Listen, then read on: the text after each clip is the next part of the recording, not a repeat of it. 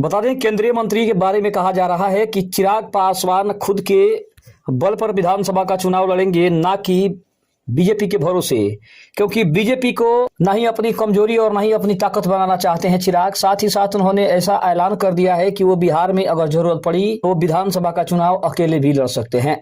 नमस्कार, मैं हूं संजीव और आप देख रहे हैं आप तक न्यूज। अगर आप हमारे चैनल पर नए हैं तो चैनल को जरूर सब्सक्राइब कर ले। बता दें कि बीजेपी के भरोसे अब चिराग पासवान नहीं है। ये खबरें आपको थोड़ी अटपटी जरूर लग सकती है, लेकिन आपको बता दें कि चिराग पासवान की पार्टी ने जिस तरह का बयान दिया है उससे तो स्पष्ट है कि उनकी पार्टी बीजेपी या फिर अपनी सहयोगियों के भरोसे नहीं है, बल्कि बिहार में खुद के भरोसे चुनाव लड़ना चाहती है और चुनाव जीतना चाहती है। क्योंकि चिराग पासवान के इसी बयान के बाद अब बिहार में सियासी जो हलचल है वो काफी तेज हो गई है और इसके बारे में यही कहा जा रहा है कि चिराग पासवान ने कुछ सोच समझ कर ही इतना बड़ा बयान दे दिया है। आपको बता दें कि उप मुख्यमंत्री विजय कुमार सिन्हा ने कहा है कि चिराग पासवान एनडीए के साथ है और आगामी चुनाव उनके साथ ही लड़ेंगे। उन्होंने मुकेश सहनी की वीआईपी के एनडीए में शामिल होने के फैसले को शीर्ष नेतृत्व पर छोड़ दिया है। वहीं अगर बात करें तो बिहार में बेहतर कानून व्यवस्था के कारण निवेशक बिहार को पसंद कर रहे हैं, ऐसा विजय सिन्हा का कहना है। लेकिन जब चिराग पासवान के बारे में उनसे पूछा गया तो उन्होंने कहा कि चिराग पासवान हमारी पार्टी की ओर से चुनाव लड़ेंगे, लेकिन कुछ भी कहने से पहले वो काफी ज्यादा बचते नजर आए हैं। इसके अलावा अगर बात करें तो चिराग पासवान या फिर विजय सिन्हा ने लोजपा के एनडीए से बाहर जाकर विधानसभा चुनाव लड़ने की संभावनाओं को फिलहाल खारिज कर दिया है। शनिवार को पत्रकारों के सवाल के जवाब में उप मुख्यमंत्री ने कहा कि चिराग पासवान कहीं नहीं जा रहे हैं, एनडीए के बड़े नेता हैं और विधानसभा चुनाव साथ लड़ेंगे। उनका यह भी कहना था कि वो मोदी सरकार में केंद्रीय मंत्री हैं। वहीं मुकेश सहनी के वीआईपी में आने की बात पर भी उन्होंने कहा कि यह निर्णय शीर्ष नेतृत्व को लेना है कि किसे अपनी टीम में शामिल करें या फिर किसे अपनी टीम से बाहर करें। दूसरी तरफ अगर हम बात करें तो चिराग पासवान ने पहले भी स्पष्ट कर दिया है कि उनकी पार्टी अपने बल पर चुनाव लड़ेगी, वो किसी के भरोसे चुनाव नहीं लड़ेगी। लेकिन साथ ही साथ उन्होंने ये भी कहा कि अगर उनकी बातों को नहीं माना गया, उनकी बातों को अगर दरकिनार किया गया तो उनकी पार्टी या फिर वो बहुत ही जल्द कोई दूसरा फैसला ले सकते हैं। दूसरी तरफ चिराग पासवान का ये भी कहना है कि वो एनडीए की मजबूती हमारी मजबूती है, लेकिन साथ ही साथ उनका ये भी मानना है कि एनडीए अगर ये चाहे कि वो चिराग पासवान को कमजोर कर सकती है तो ये एनडीए या फिर किसी गठबंधन की सबसे बड़ी भूल होगी। चिराग पासवान ने कहा है कि मेरी पार्टी और मैं बिहार विधानसभा चुनाव लड़ेंगे ताकि एनडीए को मजबूती मिले और हम एकजुट होकर विजय की ओर बढ़ सके। इस दौरान उन्होंने जंगल राज पर आरजेडी के साथ साथ कांग्रेस को भी घेरा था। बिहार विधानसभा चुनाव 2025 की तैयारियों को लेकर राजनीतिक सरगर्मी अब तेज भी होने लगी है। इस सिलसिले में केंद्रीय मंत्री और लोक जनशक्ति पार्टी रामविलास के प्रमुख चिराग पासवान ने बड़ा भी ऐलान कर दिया भी है कि उनकी पार्टी बिहार विधानसभा चुनाव लड़ेगी और यह लड़ाई राष्ट्रीय जनतांत्रिक गठबंधन को मजबूत करने के उद्देश्य से लड़ी जाएगी। भोजपुर जिले में एक जनसभा को संबोधित करते हुए चिराग पासवान ने ये तमाम बातें कही है।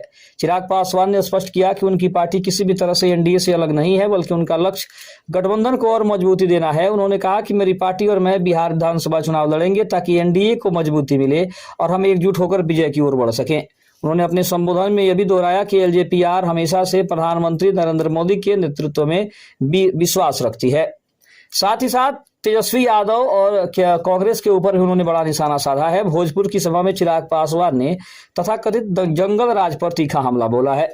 उनका कहना था कि जब हम जंगल राज की बात करते हैं तो लोग इसे केवल आरजेडी से जोड़कर ही देखते हैं, लेकिन ये सच है कि इसके लिए कांग्रेस भी बराबर की जिम्मेदार है। बिहार के उस दौर में दोनों दल सत्ता में साझेदार रहे थे और राज्य को अराजकता की ओर हमेशा के लिए धकेल दिया था। के दौरान चिराग पासवान ने एनडीए सरकार द्वारा सामाजिक न्याय के पुरोधा कर्पूरी ठाकुर को भारत रत्न दिए जाने को एक ऐतिहासिक कदम भी बताया। उन्होंने ये भी कहा कि जिस व्यक्ति ने जीवन भर पिछड़े, वंचितों और गरीबों के अधिकार के लिए संघर्ष किया, उसे सम्मान देने का हमारी सरकार ने जो बड़ा फैसला किया है, यह फैसला हमारे सामाजिक समरसता के संकल्प का प्रमाण है। और इससे ये पता चलता है कि हमारी जो सरकार है वो उन सभी के बारे में सोचती है जिन्होंने सरकार की मदद की है या फिर जिन्होंने गरीबों और पिछड़ों की चाहे किसी भी तरह की मदद की है, उसे सरकार कभी भुलाना नहीं चाहती है। ये भी कहा जा रहा है कि चिराग पासवान के इस फैसले से नीतीश कुमार की सिरदर्दी बढ़ने लगी है। तो वहीं बीजेपी भी अपने आप को कहीं ना कहीं कोस भी रही है कि चिराग पासवान को बढ़ावा देना और चिराग पासवान को इतना आगे तक लेकर जाना,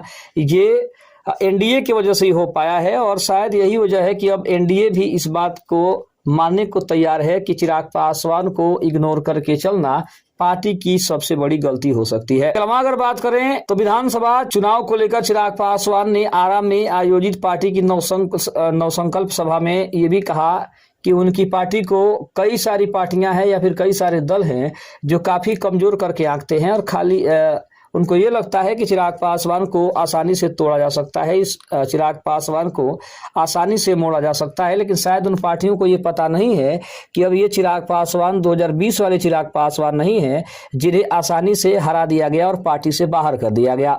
इसके लिए भी वो नीतीश कुमार को दोषी मानते हैं और नीतीश कुमार को दोषी मानने के पीछे भी वो कहानी यही है कि 2020 के वजह से नीतीश कुमार की वजह से जिस तरह से इनकी पार्टी में टूट पड़ा, तो इनके वजह से नीतीश कुमार को हार भी झेलना पड़ा। और इसके लिए नीतीश कुमार हमेशा उनको दोषी मानते हैं कि 2020 के चुनाव में चिराग पासवान की वजह से ही उनको सबसे बड़ी हार झेलनी पड़ी थी और उनकी पार्टी मात्र 43 सीटों पर आकर सिमट गई थी।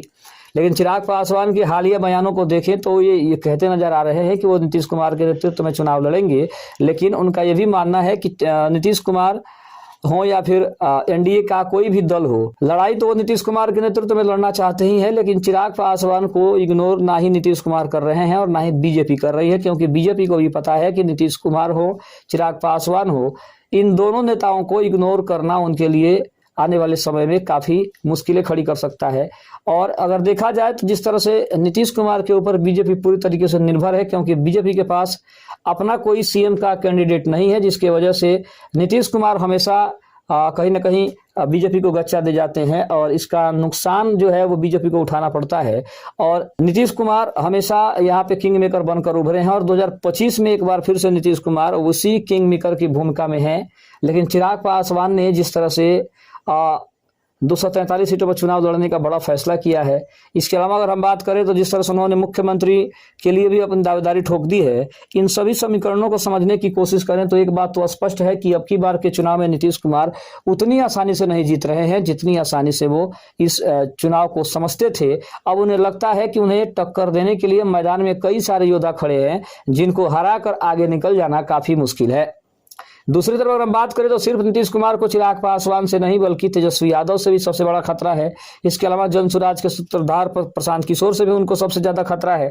वैसे भी प्रशांत किशोर नीतीश कुमार के लिए अगर देखा जाए तो सबसे बड़े दुश्मन है, क्योंकि बार बार नीतीश कुमार को प्रशांत किशोर ये कहते नजर आते हैं कि नीतीश कुमार पूरी तरीके से अस्वस्थ हैं, मानसिक रूप से अस्वस्थ हैं। ना ही उन्हें अब बोलने का विचार रह गया है, ना ही उन्हें सभा में जाने का विचार रह गया है, ना ही उनकी भाषा में कोई कंट्रोल होता है। वो कभी महिलाओं को कुछ बोल देते हैं, कभी अपने अधिकारियों के साथ कुछ ऐसा व्यवहार करते हैं जिससे ये पता लग जाता है कि वो मानसिक रूप से पूरी तरीके से अस्वस्थ हैं और वो सत्ता संभालने की स्थिति में बिल्कुल भी नहीं है। तो कहीं ना कहीं नीतीश कुमार सिर्फ चिराग पासवान से नहीं बल्कि तेजस्वी यादव और प्रशांत किशोर से भी परेशान हैं और इसी का फायदा चिराग पासवान आगामी विधानसभा चुनाव में उठाना चाह रहे हैं। खबर कैसे लगी कमेंट में जरूर बताइएगा। तब तक के लिए धन्यवाद। जय हिंद, जय भारत।